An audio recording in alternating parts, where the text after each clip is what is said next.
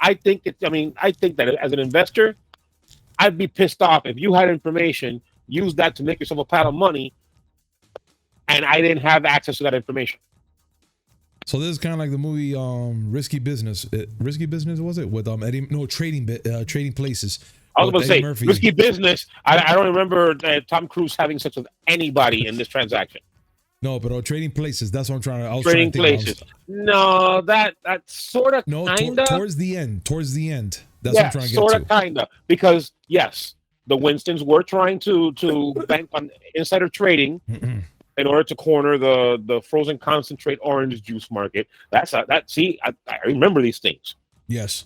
I don't remember what I just had for dinner, but I remember the plot of a movie that happened 2,500 years ago. Yo, what's up, everybody? Welcome to a brand new episode of the Miami Geeks Weekly Updates, brought to you by digitalcracknetwork.com. I'm your host, Punisher305, and with me as always, old school gaming specialist, Uncle Willie. You don't sound yourself. I can tell you're sick. Yeah, I am. I'm pretty hoarse. Got the flu. It is a flu because green phlegm and all that good shit. So it's not COVID. Thank God. And it sucks. I mean, when you're feeling yucky, it's a nasty feeling. But thank God to Willie, I'm up and up and ready to rock. What did I do to help? You always come through, Willie, with all cool things to make me happy and smiley and all that stuff. Even if it's at the risk of making me cough, that's still a good thing. Well, I didn't know that when you got sick, you got a Boston accent. It happens. You don't want me when I get the Mediterranean sickness. That's just horrible. You don't want to hear that. I can't imagine you all of a sudden speaking with a Middle Eastern accent.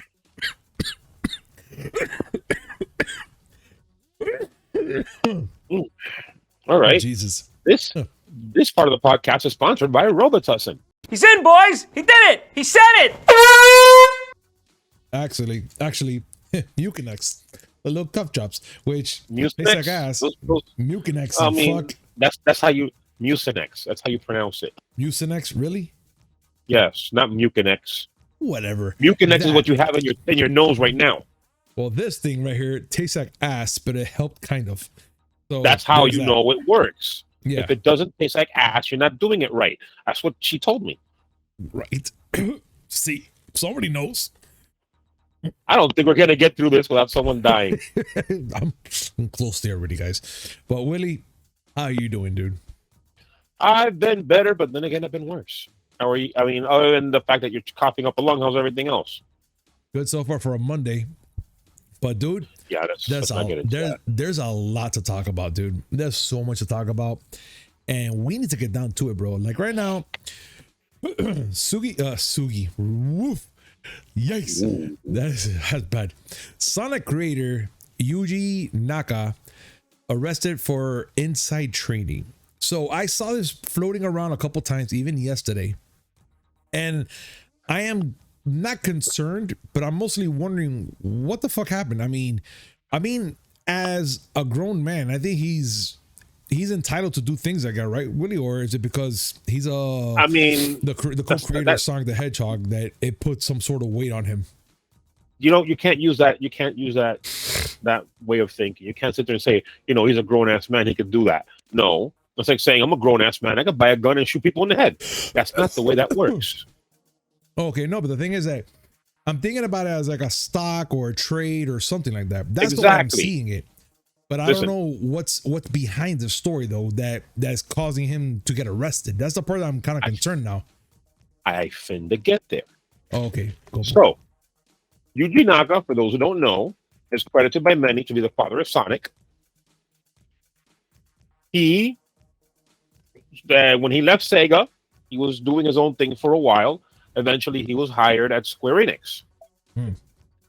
And during the course of being there, he went and made the universally reviled game Balan Wonderworld.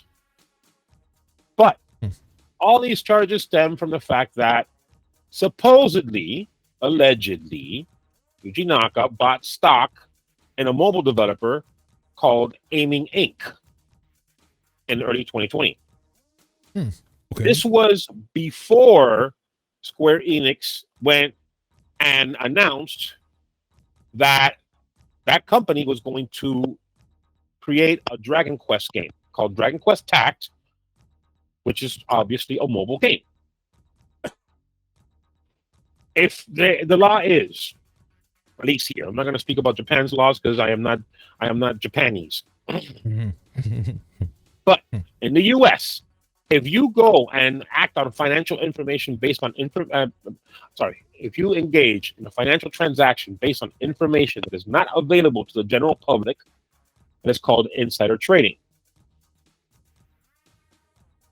So pretty much he was ahead of the game. In other words, like he knew about what was going to happen. Exactly. So You're taking advantage of the fact that you have information nobody else knows to make a move that will net you money. It's kind of like playing unfairly. You can all argue. You can all argue about whether or not it's bullshit. I think that as an investor, I'd be pissed off if you had information, use that to make yourself a pile of money, and I didn't have access to that information. So this is kind of like the movie Risky Business. Risky Business, was it? With Eddie, no, Trading Places. I was going to say Murphy. Risky Business. I don't remember Tom Cruise having sex with anybody in this transaction. No, but Trading Places. That's what I'm trying to. Trading Places. No, that sort of kinda. Towards the end. That's what I'm trying to get to. Sort of kinda. Because yes, the Winstons were trying to bank on insider trading in order to corner the frozen concentrate orange juice market. I remember these things. Yes. I don't remember what I just had for dinner, but I remember the plot of a movie that happened 2,500 years ago. Yes. That is insider trading. Yes. Wow. Okay. That makes a lot of sense now. And that is a shitty move. That is a really shitty move. I mean, he's not the only one. Mm-hmm. There's other people that are involved in this. It would be sad if it happened, but we got to let the process play out. I mean, yeah, I agree with you. Now, I'm not sure if it's even a fair advantage that he did such a thing and probably kept, like, it would have been a dick move if he just kept it to himself and I said nothing to nobody and probably did like 100% of the profit and really fucked over everybody. But I mean, he's going to jail for this shit and he's arrested. Now, I mean, you got to figure it's that if he had that information and acted on it, someone told him and he wasn't supposed to know. Yeah. Or someone told him and he decided to act on it. Usually when stuff like this happens, a game like Dragon Quest, that franchise is huge, especially in Japan. Yeah, it is. You got to figure a company that's going to make a game like that, I mean, you're going to make some money. Maybe we should buy some stock. You know what? That's like right now, they came up and told you something about, I don't know, let's say Denny's is going to start selling alcohol. Mm-hmm. Oh, they're gonna make some money there.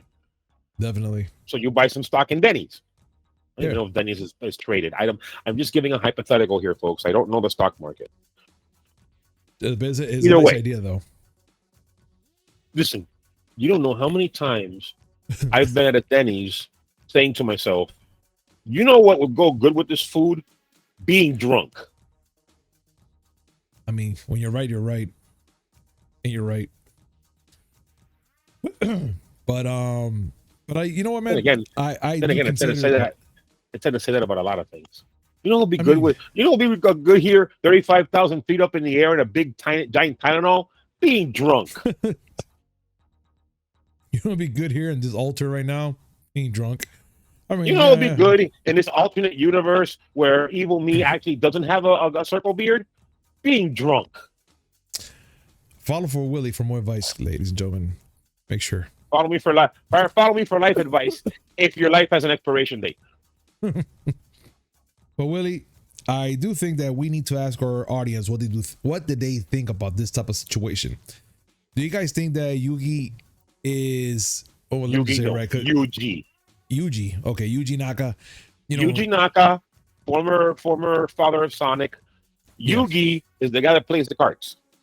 Fuck him. Either or. They have some similarities. Yeah.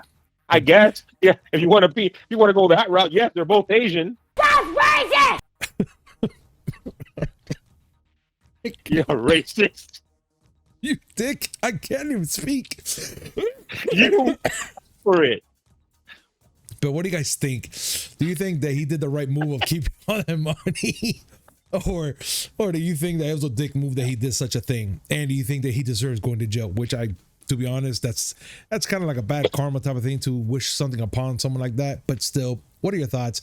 Comment down below, let us know your thoughts, and let's have a conversation about this. Now, I know a lot of people are worried about Microsoft and fucking Call of Duty with PlayStation somewhere around the middle, but it looks like fucking Microsoft did the thing. And Microsoft is now offering Sony a 10-year deal with Call of Duty on PlayStation. Willie, if they're doing a thing, so what? They're trying to strike a deal with PlayStation to kind of like work together, or what? Well, this is all resulting from the acquisition of Activision Blizzard by Microsoft and Sony's hissy fit over the fact that they feel that Microsoft is going to play an advantage by now owning arguably one of the most lucrative franchises in gaming, which is Call of Duty. Yeah. According to the New York Times, they got a direct statement from Microsoft saying that they offered Sony a deal for 10 years, basically to have Call of Duty on the PlayStation platform. This was offered November 11th. There's been no answer at this point. All right, but here's my question now. What's going to happen after the 10 years? It can be renegotiated. Okay, so there's no clause or anything there that say, hey, after 10 years, whatever happens, stop a shit. I don't know. I mean, I don't know the details of the offer, only that the offer was made. I would assume that it's an offer saying, listen, we promise that we're not going to make Call of Duty console exclusive for 10 years. And I would think after those 10 years, assuming, Call of Duty Modern Warfare remastered 7 is still relevant, Microsoft will go and say, hey, we want to re-up this terms? I don't know. It's only speculation. I'm going to go back on what I've said before, and I know that people don't like these things when I say this, but it's the absolute truth. Sony's crying because Microsoft wants to take the Call of Duty ball and go home. They seem to be really happy when they were holding Spider-Man over everybody's head. They were super happy when they were holding their Call of Duty exclusive deals over Microsoft's head. Now that the shoe's on the other foot, or as Ted Stryker said, now that the foot's on the other hand, now it's a problem. Meanwhile, Nintendo's just sitting there laughing and saying, you stupid motherfuckers. We got more money. No, yeah. They don't got more money than Microsoft. That's for goddamn sure. But they're still in the game. They are. In some circles, they are the game. I mean, they're still holding it up, no matter how we look at it. We could probably tell them they're poor to their fucking face. Nah, they're still holding it up. Nintendo, like we've talked about this before when you talked about a Nintendo HD. Everybody counts them out because they're not a big player. They're not competing along the lines of Microsoft and Sony. They don't have to. They don't. As much as I despise some of their decisions, and as much as you wish that they would make a more powerful Switch, they don't have to do any of that shit. Go to GameStop right now. I guarantee you that Super Smash Brothers Ultimate still costs $60 motherfucking. Yeah. And you're not wrong. And people and Super Smash Bros. Ultimate, Mario Kart 8, Super Mario Sunshine, and Breath of the Wild. These games are on top 10 lists to this year. Yeah. In sales. They don't gotta do shit. No, they don't. And you're absolutely right. That's the funny part. I was gonna say scary, but it's not. It's actually It's not scary. They know what they're doing. They know what they're fucking doing. And the thing is, it's like if, that whole saying, slow and steady wins the race type of bullshit. Yeah. Yeah. And they're doing just that. They're letting these two fucks beat themselves each other up all day, every day. And they're just like, you know what? Let's make a new Kirby game. And they got fucking money. They're sitting there saying, what? Huh? We're not doing anything? Okay. Let's go sue somebody for some shit that they stole from us, even though they didn't steal. Yeah. Just that easy. Just that easy. I saw a news thing that they're going after people who are making icons and posters and shit like that for Steam Deck of their games. Oh God, really? Because you know that you can play Switch games on the Steam Deck. Yeah, I know. That I know. Yeah. I need to get me one. I mean, eventually we're gonna have to. I need to, because to be able to play all the PC games that supports, plus Game Pass works on there. Indeed. Plus, I don't want to have to hack it, but you can and play Switch games. Plus, you can run emulators on there. I'm not surprised if someone goes and says, "Oh yeah, I'm running PS Plus on it." It's a PC. Sooner or later, Linux, they just Linux PC, but yeah. Sooner or later, just give it time. Just give it time. Some time. guy won a tournament. Remember the pinball game from Windows 95? Yeah, I remember. Somebody won. It was on Linus Tech Tips on one of their LAN parties. Yeah. Someone won a tournament playing that game using a Steam Deck that with a modified version of that game for Linux. That's too fucking awesome. The flippers work with the triggers. That's beautiful. You know what? Things like that are fucking cool. That's why PC is so fucking crazy. PC Master Race, baby. That's how it is. Well, I mean, I'm not mastering anything, but they sure are having fun. Very. But Willie, we have to go down to other news right now, dude. It broke today in the morning, and I couldn't believe it. And it's last night. Last night? I thought it was this morning. It was last night. No, that's a matter of fact, Serge was the one that first brought it up. Oh shit. Okay. So last night it looks like Bob Iger named Disney CEO again, replacing Bob Chapek in a Chapek.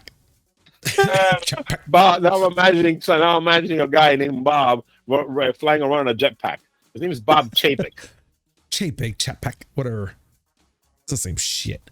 Whatever. He's out of the game. It's not. And now Bob Iger. Well, what do you want me to say to Bob Iger? Bob Igor?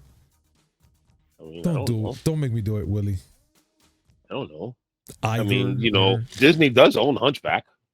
Man, you know what? Fuck it.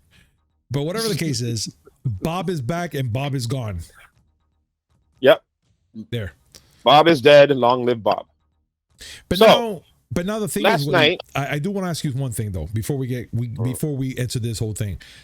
By having Igor back, is that a good thing? Well, we'll get to that in a minute. First, the details. Go. Yesterday, Disney publicly let Bob Chapek go. Good.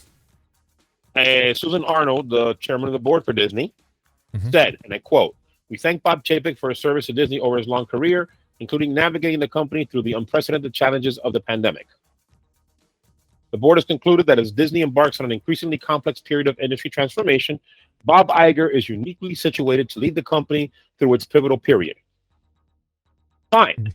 I got something People in the know are happy about this. There was a lot of turmoil in Disney because of Bob Chapek, because they didn't like his management style. He was famously not popular when he was running the theme parks before he became CEO. The theme parks were his, and he was doing some things that were like boneheaded. Extremely. Bob Iger still picked this man to be his successor when he stepped down, and a lot of people have been questioning his decisions lately. Now, as to the question you asked me, is Bob Iger being there a good thing? Yeah. It depends on how you see it. Okay. Bob Iger was the man who took Disney from the near mediocrity that it was when he took over to being like a powerhouse. I don't know if y'all remember after the Little Mermaid slash a Beauty and the Beast days, Yeah. things were kind of rough at Disney. Yeah. When Bob Iger took over, he wanted a tear, doing all manner of acquisitions. Bought Lucasfilm, bought Marvel. He started to get really throwing money around, and Disney is now a monster.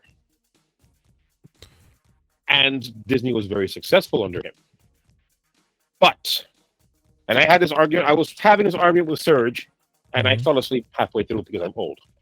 I couldn't watch you guys anymore. I stopped. It was one-sided completely because he was typing. I woke up in the morning and I saw the lengthy manifesto that he wrote, and I was like, yeah, okay. As great as Bob Iger did for Disney, remember it was his idea to buy Lucasfilm. Yeah. For $6 billion. It was his idea to listen to George Lucas and put Kathleen Kennedy in charge of Lucas, the person that everybody hates. At least people in the Star Wars fandom. I get it. It was his idea to do that. It was his idea to do a lot of the things that they're suffering for now. You remember that early Marvel, when it was run by Ike Perlmutter before Kevin Feige assumed control of all of Marvel Studios? Yeah. Ike Perlmutter was infamous for not giving a shit about female-led movies because they don't sell toys. Paying the actors shit money. You know how much money? I want you to guess right now how much money Tom Hiddleston made for the Avengers. I'm gonna probably say like 25 grand? I mean, that's actually more. That's actually less. Oh, think about the Avengers. No, I know. I'm thinking. You were absolutely lowballing, and then you know what? You might actually have a career in Marvel Studios. But he made $160,000. Wow. Okay. Chris Hemsworth only made $200,000 for Thor, but that's all right. He was an unknown. Chris Evans made $300,000 for Captain America: First Avenger. He was an unknown. Loki already had Thor under his belt. Yeah. And he still made less. And he was a very popular. He was a very popular character. $160,000. Yeah, that's a dick move. That's a big. Famously, the majority of actors in Marvel Studios revolted during production of Age of Ultron, to the point where even Robert Downey Jr. stepped in because he was getting paid. Yeah, even back then, he was getting paid, and he basically said, "Listen, if you don't pay these people better than they're paid now, I'm walking." Yeah, for someone that's getting paid that much or a lot, I could say. I mean, he's walking. If everybody's ain't getting paid, that's fucking ballsy. You can argue he should have done that back when Terrence Howard was being lowballed for Iron Man. Yeah. But as much as Terrence Howard is a good actor and he's doing well now, I prefer Don Cheadle. I agree. I agree with that. But doesn't matter. That little revolt was what shook Ike Perlmutter off of the whole Marvel Studios tree. While Iger put Kevin Feige in his place. Interesting. I think the biggest fuck up. I want to say fuck up, but the biggest thing that's weighing Disney down now is Disney Plus. You know that as great as Disney Plus is doing, they're still not making money, right? No, I know. They're coming up short though, and especially now they're adding more shit to it now to add commercials and what. They're adding a lower ad-supported tier, try to get more people in. They have grown tremendously. Like they're like almost at the level of Netflix. Yeah. And they're still the most recent fiscal year, $1.5 billion they've lost. That was Bob Iger's baby. Not saying that he's he makes bad decisions all the time and he's untrustworthy. I'm just saying not everything that he touches turns gold. I get it. Now Disney Plus is in a situation where they feel they have to make all this content, and not all that content hits. I like to sit there and apologize for some of the shit that they've done, but I'm not. Even the Marvel shows, you and I have talked about it. Moon Knight wasn't that hot.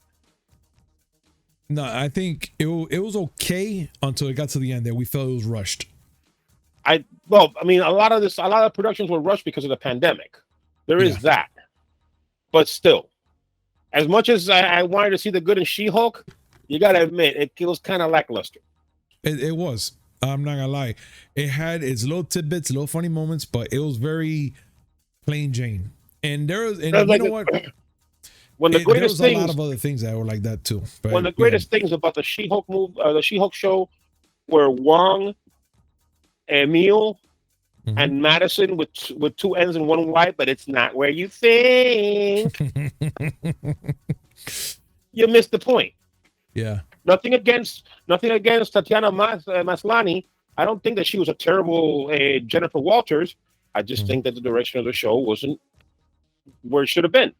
Yeah. It was more about the cameos and less about her. And they have to keep making more stuff now because they had to give people a reason to stay on Disney Plus. Here's an idea. You want an idea for Disney Plus? It's Disney.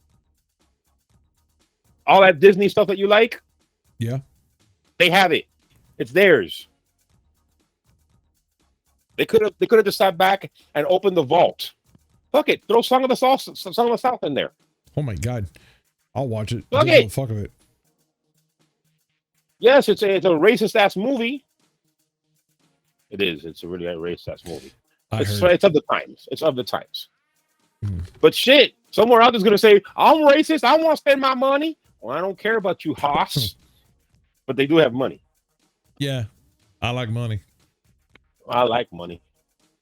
But still, you're right about something there, Willie, and you do have a point. And I think for Chapek, whatever you want to go, Chapek, whatever that guy, Bob Chapek had to go. Bob Chapek had to go. I just feel, and I hope you understand what I'm trying to get to. The minute they gave him the position for in 2020, I just felt it was more of a, it's all on you, sucker. Try and make it happen.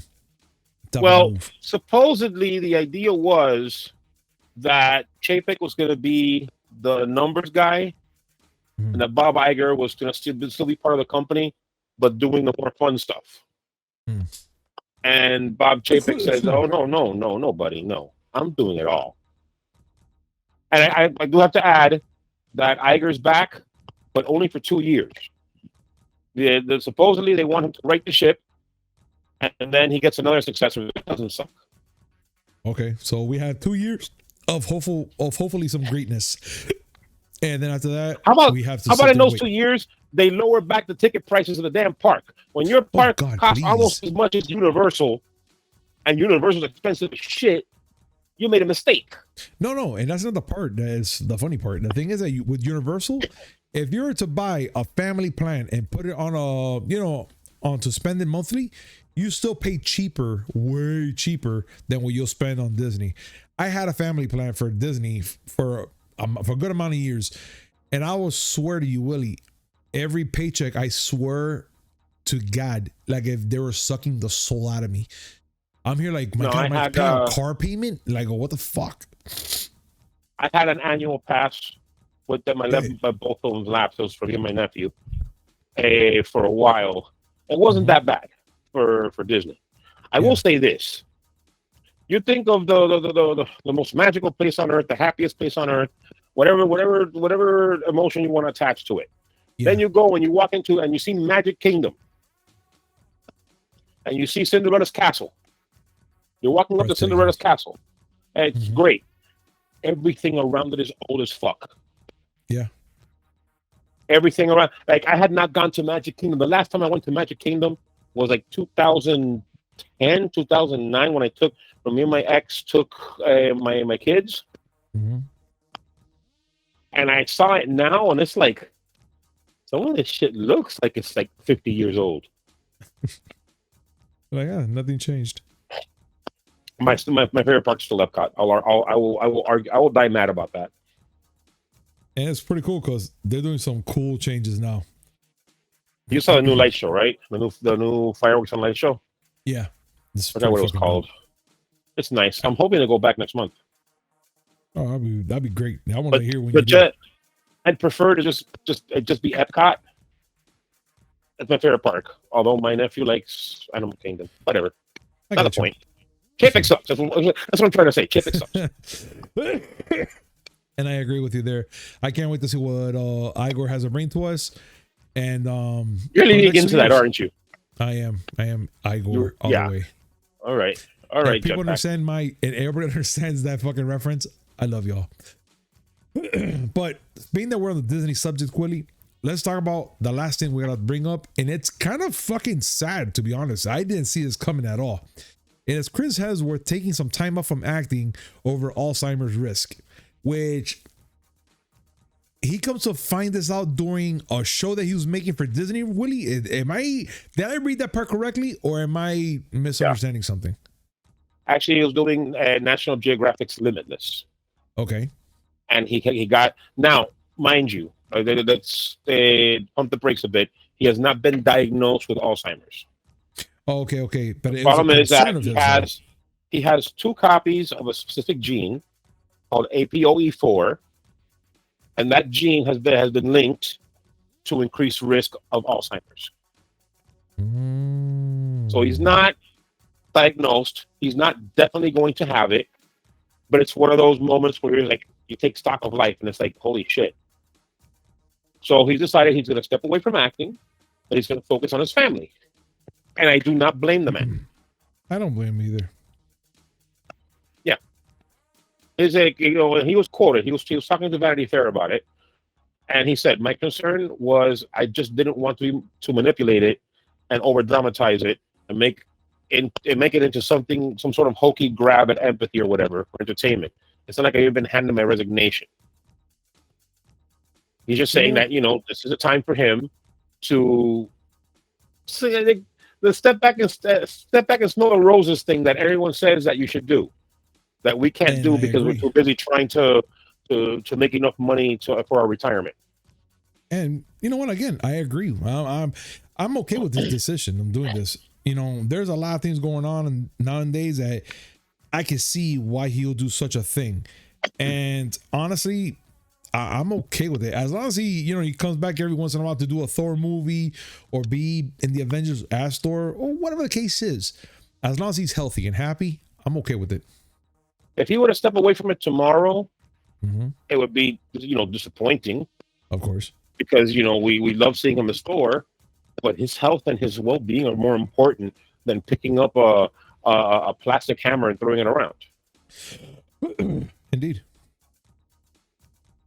But so whatever the case is, dude, I'm okay. I wish nothing but the best for him, and hopefully this is all a false alarm, and he gets to be 80 years old and he doesn't lose anything except his mind, because he's a crazy man. He is a crazy man, and I respect that in him. Yes, and I take that as true word there, Willie. But yeah, man, I just say yeah, whatever happens, but I'm kind of curious to know what you guys think about this. Do you guys think that this is a smart move for Chris to take a breather on a moment like this? Or do you guys think that he should just kind of like do it till the wheels fall off type of scenario? What do you guys think he should do? I mean, if you're in his position and knowing that there's a possibility, what do you guys do? Will you take a time off from acting, or you guys do it, go until you fucking just hit that wall hard, or what? Comment down below. Let us know your thoughts, and let's have a conversation about this. But we're already at the end of the show, ladies and gentlemen. And if you guys are not familiar yet, because I'm pretty sure you guys know, this is Thanksgiving week, and we're gonna have one more show on Wednesday, and that Friday for sure we're not gonna have no show, because we're gonna be pretty much in the couch or on the floor throwing up or eating all the turkey we can, because that's how we are. We're Americans like that. Willie? You know what? I am 100% down for doing a Friday show. Are you? Of course I am. I'm not going to sit there. Listen, we've missed out on a few shows. I told you this is my therapy session. And we haven't had a Friday show in a while. And Friday's very important. Indeed. Only because of the intro. Oh, well, of course. I mean, what more will be more important to watch our show? I'm pretty sure we watched the first 2 minutes just to get to that intro, and that's it. Like, Yeah. Bye. And they see the guy with the knife as a guitar, and they move on with their lives. Okay, we don't have to watch this shit no more. I got everything I need. That's it. I'm good for Friday. Let's go. That's how entertaining that is. Well, look, I'm not gonna make any promises, but we'll see if we can make a Friday show for you guys. But for sure, it's Thanksgiving week. We're gonna have a show on Wednesday, and we'll get to you there. So, ladies and gentlemen, thank you so much for joining us today on this amazing show. And as always, like, comment, subscribe, hit that notification button just so you know come with amazing news, which is 3 times a week. Mondays, Wednesday, and Friday, and a little something in between. Willie, any last words? Get better, my brother from another mother. And if anything that I said offended you, I'm sorry, and you're welcome. I love it. All right, everybody. We'll see you next time. Peace.